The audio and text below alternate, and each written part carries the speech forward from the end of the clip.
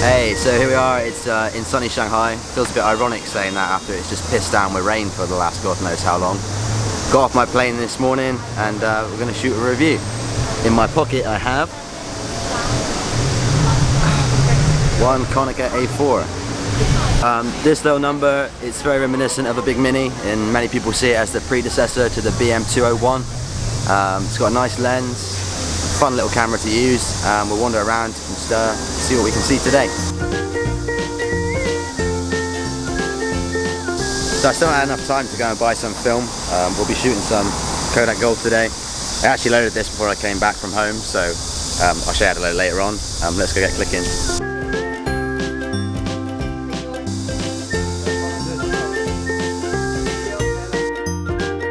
Cool, so this was made in 1989. It's got 4 elements in 4 groups. No, not 4 elements in 4 groups.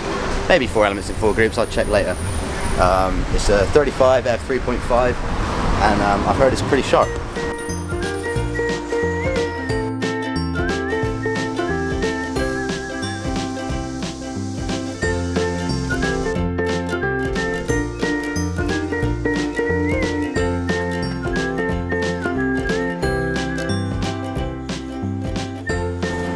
One cool thing about this camera is it has a close-up mode. You press this button, engaged, you can take close-ups of stuff.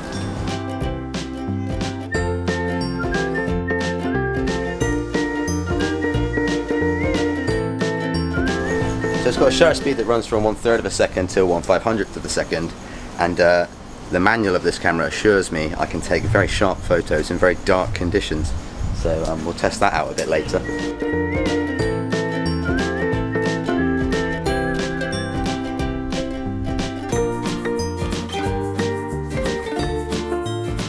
I'm pretty sure I just focused on the bars and not the person inside, which is one annoying thing about the more modern point and shoots. Like my favourite, the L35AF, has a little distance scale that kind of gives you some indication that you're focused. This has a little green light.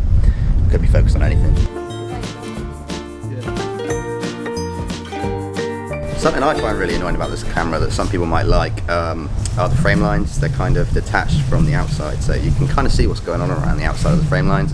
I'm very much a one-eyed Joe kind of guy, so it does have the parallax correction for when you do go into the close-up mode, but yeah, for me it's a little bit of a bother.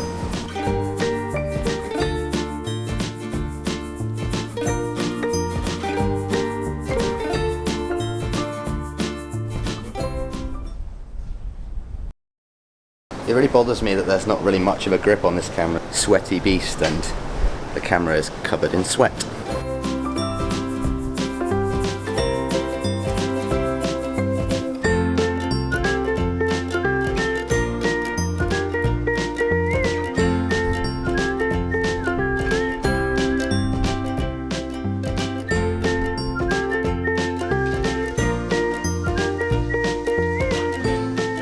This has a little screen on the back that tells you what mode you're in and whether you're shooting with your flash on, flash off, fill mode, how many shots you've taken, and which is great. It gives you the ability to turn the flash off before you've even opened the lens, which is really nice, but it does mean it takes 2 batteries, and if you don't have 2 batteries you ain't getting nothing on that. It takes a CR123A and a standard watch battery, I think.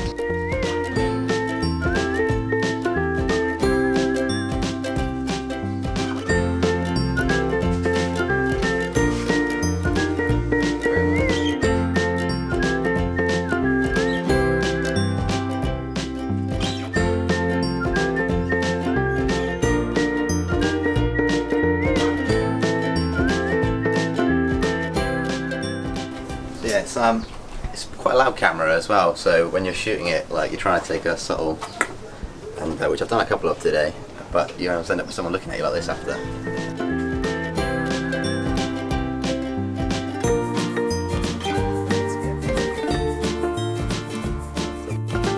But like I thought, I actually had to take the battery out when I went on the plane, so when I put the battery back in, it said I had 1 image. So I've shot 20. Turns out I'd already shot 16 of them, so I'm going to have a nice little roundup of some things I shot at home. So now we can take the film out. Give it a pop. Open it up. Take it out.